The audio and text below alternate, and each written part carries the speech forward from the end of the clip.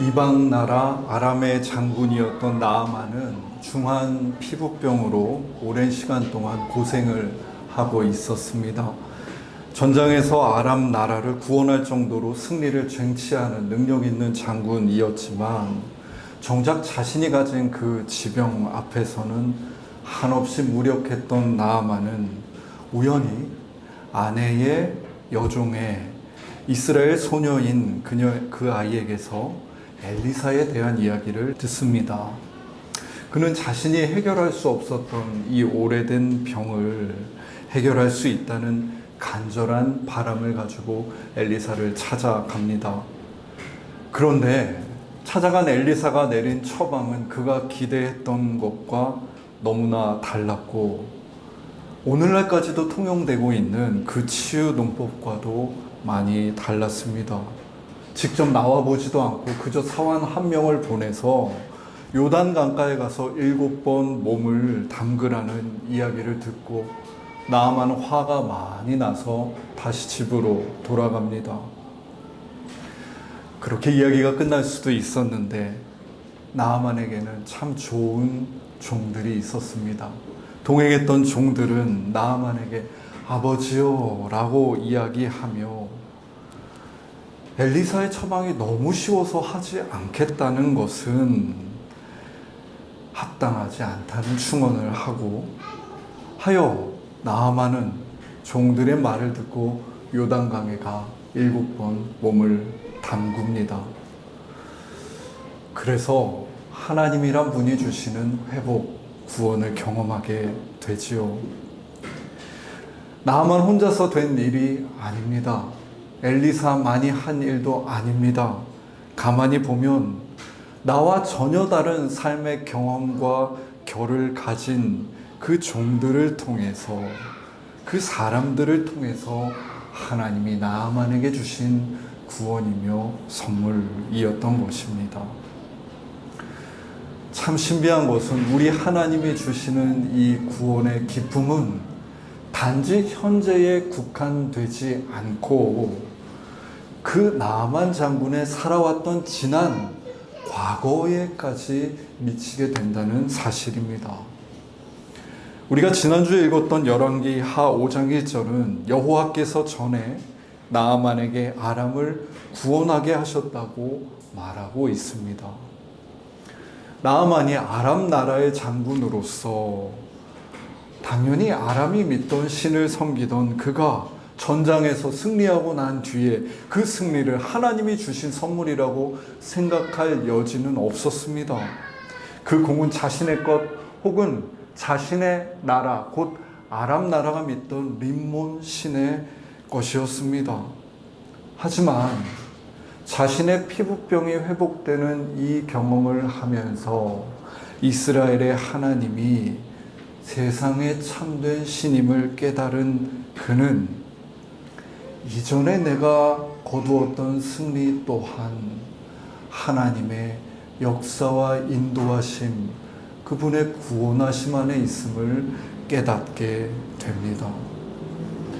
하나님이 주시는 이 구원이라는 빛은 이렇게 자신의 지난 생애까지 이르러 지난 삶을 하나 둘 비추어 줬던 것입니다. 어두운 방에 들어가서 우리가 휴대폰 후레쉬를 비추어 보면 그 빛이 닿는 사물들, 지점들은 환하게 본연의 모습을 드러내듯이 하나님 없이 지냈던 그의 어두운 지난 과거는 새롭게 와 닿은 빛 안에 다른 면모를 드러냅니다. 내가 성취하고 이루었다고 생각했던 많은 일들과 사건들, 또 내 희노애락이 담긴 그 삶의 자리들마다 하나님이 여러 모습으로 얼굴로 함께 계셨구나 깨닫게 된 것입니다. 내 삶에 그렇게 이미 깃들어 있는 그 하나님을 발견하는 기쁨을 나아만이 누렸습니다. 구원의 경험이 주는 이러한 조명의 사건은 지난 삶, 과거를 비출 뿐만 아니라 현재 내가 맺고 있는 관계에도 영향을 미칩니다.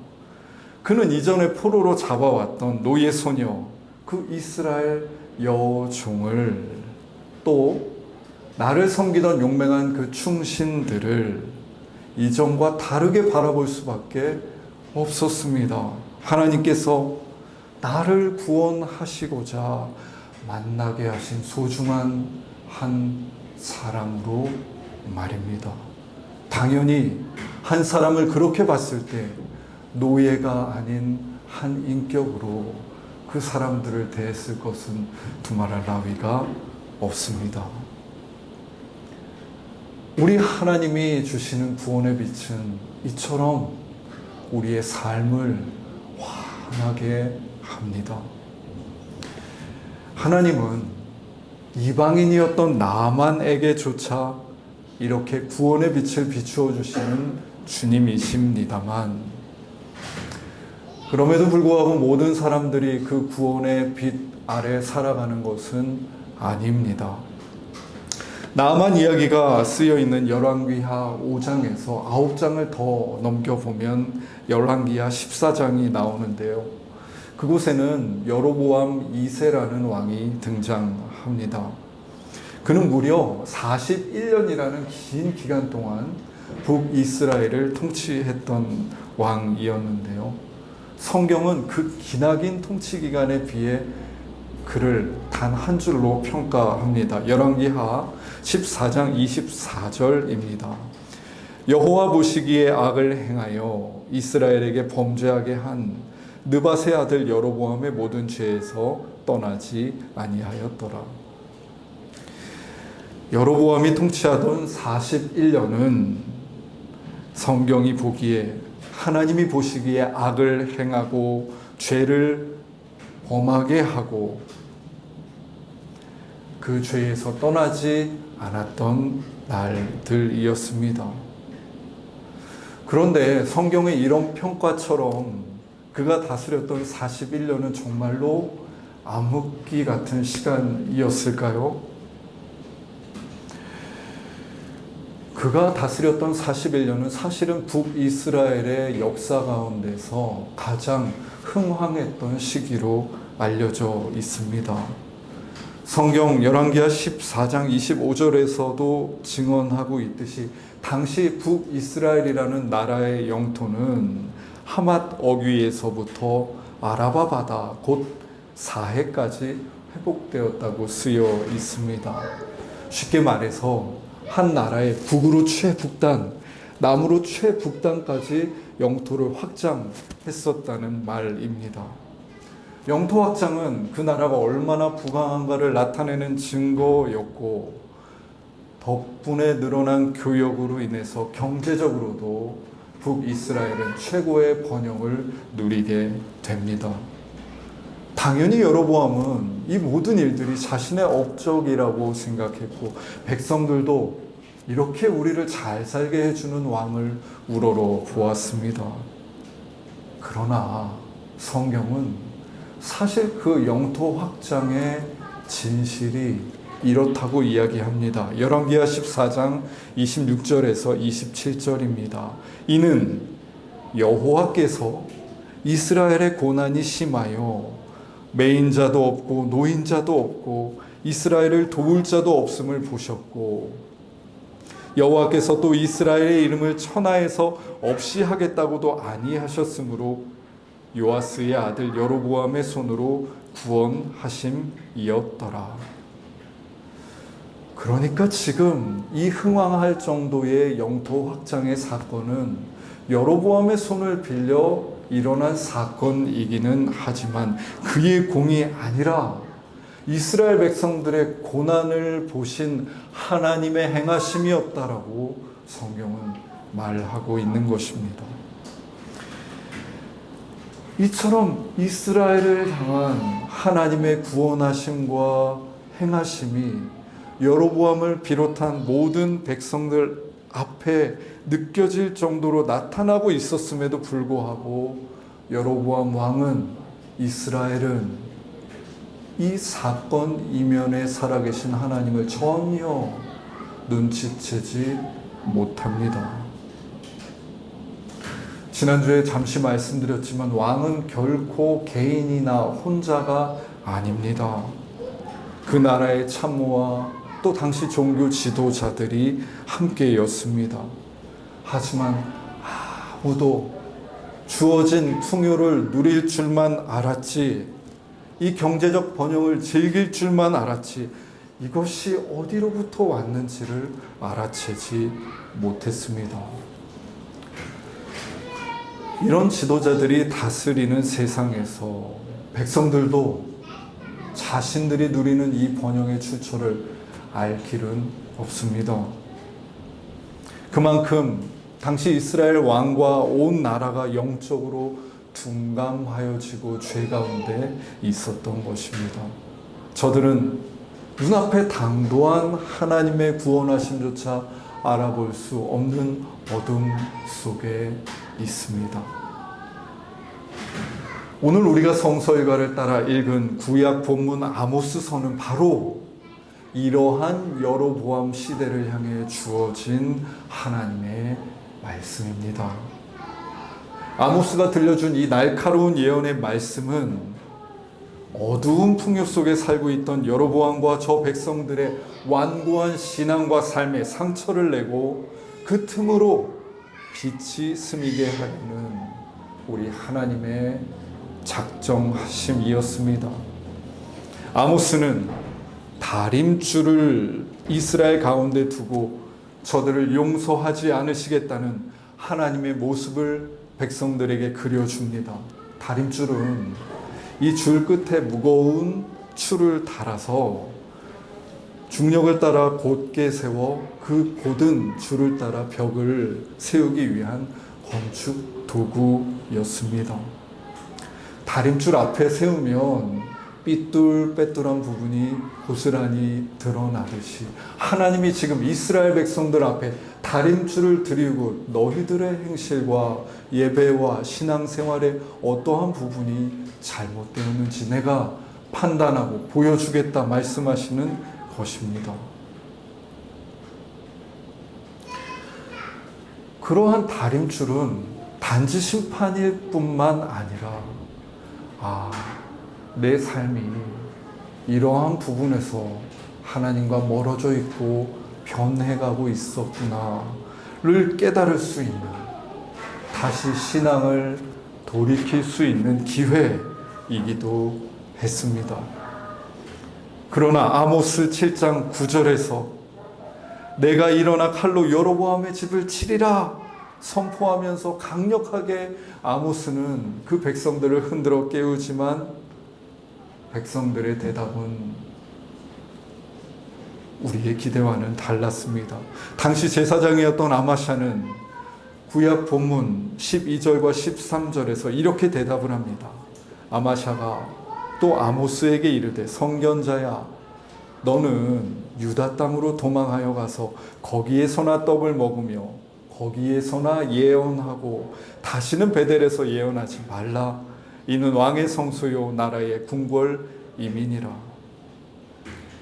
우리 왕이 계신 이 도시 베델에서 그런 소리 하지 말라는 얘기입니다. 우리는 하나님이 주신 복 잘 누리면서 풍요롭고 번영을 누리고 살고 있는데 왜 그런 찬물을 끼얹냐는 이야기입니다. 영토 확장이라는 눈앞의 현실, 이면에 있는 진실을 아모스가 드러내 보여주며 너희들에게 이 은혜를 주신 하나님께 돌아오라 외치지만 아무도 듣지 않았던 것입니다. 아니, 거절하여 내쫓고 있었던 것입니다. 우리는 알게 됩니다. 이 땅에 일어나는 어떤 사건들은 하늘과 연결되어 있는 깊이 그리고 배후를 가지고 있다는 것을 말입니다. 이러한 맥락에서 우리가 잘 알고 있는 선한 사마리아인 이야기는 조금 새롭게 읽힙니다. 누가복음 10장 30절에는 강도 만난 사람의 이야기가 등장합니다. 강도는 그의 옷을 벗기고 때리고 죽기 직전의 상태가 되도록 만듭니다. 여러분, 절대 이러한 악과 폭력 속에는 하나님의 뜻이 없습니다. 인간의 죄악만 있을 뿐입니다. 그러나 저 강도 만난 자가 쓰러져 있는 그 희망 없는 언덕을 향해서 우리 하나님은 당신의 뜻을 품으십니다. 제가 몇 번 소개해 드린 적이 있습니다만, 시인 윌리엄 블레이크는 순수의 전조라는 시를 썼습니다. 앞부분에 참 사랑하는 문장들이 있는데요. 한 줌의 모래 속에서 세상을 보고 한 송이 들꽃에서 천국을 보라. 너의 손바닥 안에 있는 무한과 순간 속에 있는 영혼을 붙잡아라. 세장 안에 갇힌 울새 한 마리는 모든 천국을 분노케 한다. 이 시 안에서 천국은 저 멀리 추상적인 그 공간에 존재하지 않고 우리가 살아가는 이 땅, 무심코 지나쳤던 저 들꽃 안에 깃들어 있습니다. 영혼은 나와 무관한 것이 아니라 여기 내가 살고 있는 순간 속에 깃들어 있고 세상의 인간들로 인해 갇혀있는 울새 한 마리의 괴로움은 천국에다 천국을 분노케 한다고 말합니다. 하늘과 땅이 분리되어 있고 천국과 현재가 동떨어져 있는 것 같으며 하나님과 내 삶이 멀리 있는 것 같은데 윌리엄 블레이크는 아니라고 말합니다. 그러한 분리적인 이해를 거절하며 진실은 하늘과 땅이 영혼과 순간이 연결되어 있다고 밝힙니다. 이러한 시인의 눈길로 강도 만난 저 이웃을 바라보자면 저희는 그저 불행하게 강도 만나서 언덕에 쓰러져 있는 한 개인이 아닙니다. 그는 강도 만난 사람인 동시에 천국의 괴로움이며 천국이 들끓고 분노하는 현실과 다르지 않은 것입니다. 하늘과 땅은 이러한 방식으로 이러한 현장에서 연결되어 있습니다. 저 강도 만난 사람을 구원하시려는 하나님의 뜻이 그렇게 그 언덕에 서려 있었지만 한 제사장은 그를 보고 피하여 지나갑니다. 한 레위인도 그를 보고 피하여 지나갑니다. 성경은 그를 못 봤다가 아니라 피하여 지나갔다고 일부러 글이 쓰고 있습니다. 제사장과 레위인은 당대 유대인들, 경건한 유대인들의 대표자와 같은 이들이었지만 정작 눈앞의 상황과 그 언덕에 서려 있는 하나님의 구원의 열망과 뜻을 전혀 알아보지 못하는 것입니다. 만약에 그 제사장과 레위인들이 강도 만난 사람들이 있는 언덕을 지나가고 있는데 그저 눈앞에 괴롭게 쓰러져 있는 사람만 보이는 것이 아니라 그 뒤에서 하늘이 진동하며 분노하는 모습을 보았다면 저들이 어찌 그곳을 그냥 지나칠 수 있었겠습니까? 저들이 그저 엎드려져 죽어가는 그 한 사람만 보지 않고 혹은 그곳에 서려 있는 나에게도 닥쳐올지 모르는 위험만 보지 않고 그를 바라보시며 속상해하시는 하나님의 분노하신 얼굴을 보았다면 그들이 제사장이고 레위인인데 어찌 그곳을 그냥 지나갈 수 있었겠습니까? 그러나 눈 앞에는 강도 만난 사람만 보일 뿐 이곳은 위험한 지역이야 빨리 이곳을 떠나자는 생각만 할 뿐 눈앞의 현실과 연결된 하늘 그리고 그 하늘의 괴로움을 보지 못합니다. 어둠 속에 있었다는 말입니다. 반대로 당대의 부정한 이들이라 여겨졌던 사마리아 사람은 여행 중에도 그 쓰러진 사람을 보고 가까이 가서 상처를 싸매고 주막으로 그를 태워 가서 돌보아 줍니다. 여러분, 이 본문은 단지 어려움에 처한 사람을 도와준 착한 일에 대한 이야기만이 아닙니다. 이 이야기는 강도 만난 한 사람이 하나님과 무관하지 않고 저 하늘과 연결되어 있다는 놀라운 진실을 알려주는 이야기며, 누군가는 우리 일상에 있는 그러한 풍경 속에서 하늘과 땅이 다 있는 그 순간에 참여하기도 하고 그저 무심코 지나가 버리기도 한다는 무서운 이야기입니다. 물론 그 언덕 표면에는 강도 맞는 사람만 있을 뿐, 그 사람 이면에 있는 하나님의 분노와 구원의 열망은 어둠 속에 있는 것이 사실입니다. 이에 많은 경우 우리 하나님은 그렇게 어둠 속에 계시기 때문입니다. 시편 97편 2절을 보면 주님을 이렇게 묘사합니다. 구름과 흑암이 그를 둘러쌌다. 그분이 구름과 흑암에 가려져서 잘 보이지 않는다는 말입니다. 아브라함 여호수아 헬셀은 이렇게 말하기도 합니다. 침묵이 그분을 에워싸고 어둠이 그분을 감싸고 있다. 그러나 그 어둠 너머에 의미가 있다. 하나님은 그 신비하게도 그 너머에 있는 의미이다. 하나님은 자주 구름과 어둠 속에 계십니다. 우리는 그분을 단번에 이해할 수도 볼 수도 없습니다. 하지만 어둠은, 보이지 않음은 부재를 뜻하는 말이 아닙니다. 가리워져 있다는 말입니다. 신앙은 어둠 속에 가리워져 있는 그 하나님을 보고 느끼는 일입니다. 한 마리의 울새가 갇혀있는 풍경을 보고 진노한 하늘을 시인이 감각하였듯이, 강도 만난 한 사람을 보고 진노하시는 하나님을 감각하는 일이 바로 신앙생활입니다. 하나님이 사랑하시는 숫가족 여러분, 그리고 중요한 진실 한 가지가 더 있습니다.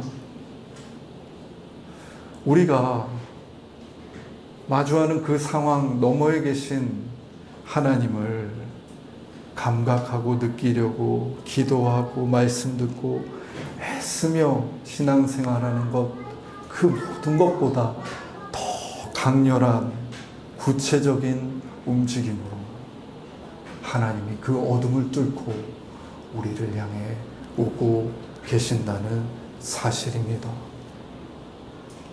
아모스는 그저 들판에서 양치는 사람이었습니다. 뽕나무를 재배하던 범인이었습니다. 그러나 이스라엘 백성들이 아무도 그 말을 듣지 않자 그나마 들판에서 그 하나님의 말씀을 듣고 살던 아모스에게 하나님은 말씀을 맡기셔서 이스라엘에게 전하게 하셨습니다. 이 말은 무엇입니까? 하나님이 끊임없이 우둔하고 둔하여져 하나님 없이 어두운 풍요 속을 살아가는 우리에게도 아모스를 보내어 다가오시며 말씀하고 계신다는 것입니다.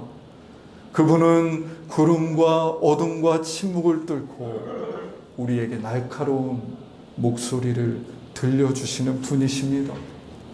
그분은 우리의 심령과 골수를 찔러 쪼개고 우둔했던 영혼을 깨워 눈뜨게 하는 목소리를 들려주는 분이십니다. 그 하나님의 역동적인 움직이심 안에서 우리는 비로소 내가 당면한 현실만이 아니라 그 너머에 하나님의 눈물과 기쁨, 하늘의 분노와 즐거움을 마주할 수 있는 것입니다. 이스라엘을 이렇게 하나님께서 주신 말씀으로 깨우던 아모스 선지자는 이렇게 말하는 것 같습니다. 여러분, 우리가 살아가는 삶은 우리가 마주하는 표면보다 더 깊은 의미와 다 있습니다.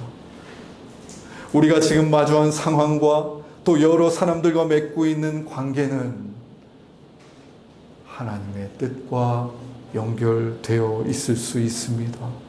그러니 어둠을 넘어 현상 이면에 계신 그 하나님을 향해 듣고 보고 나아가 보자고 말하는 듯 합니다.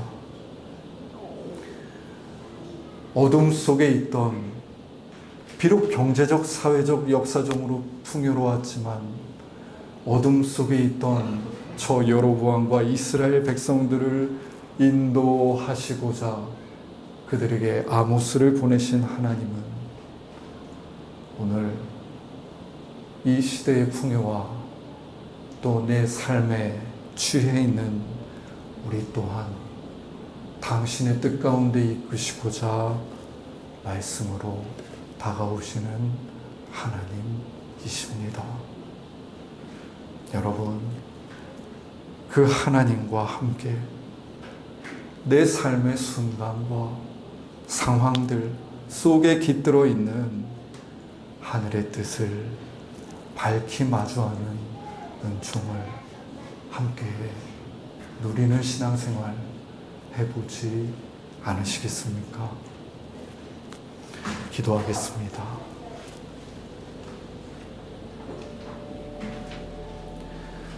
하나님, 아모스 선지자가 전한 말씀이 날카로운 빛처럼 여로보암과 이스라엘 백성들에게 들려왔습니다.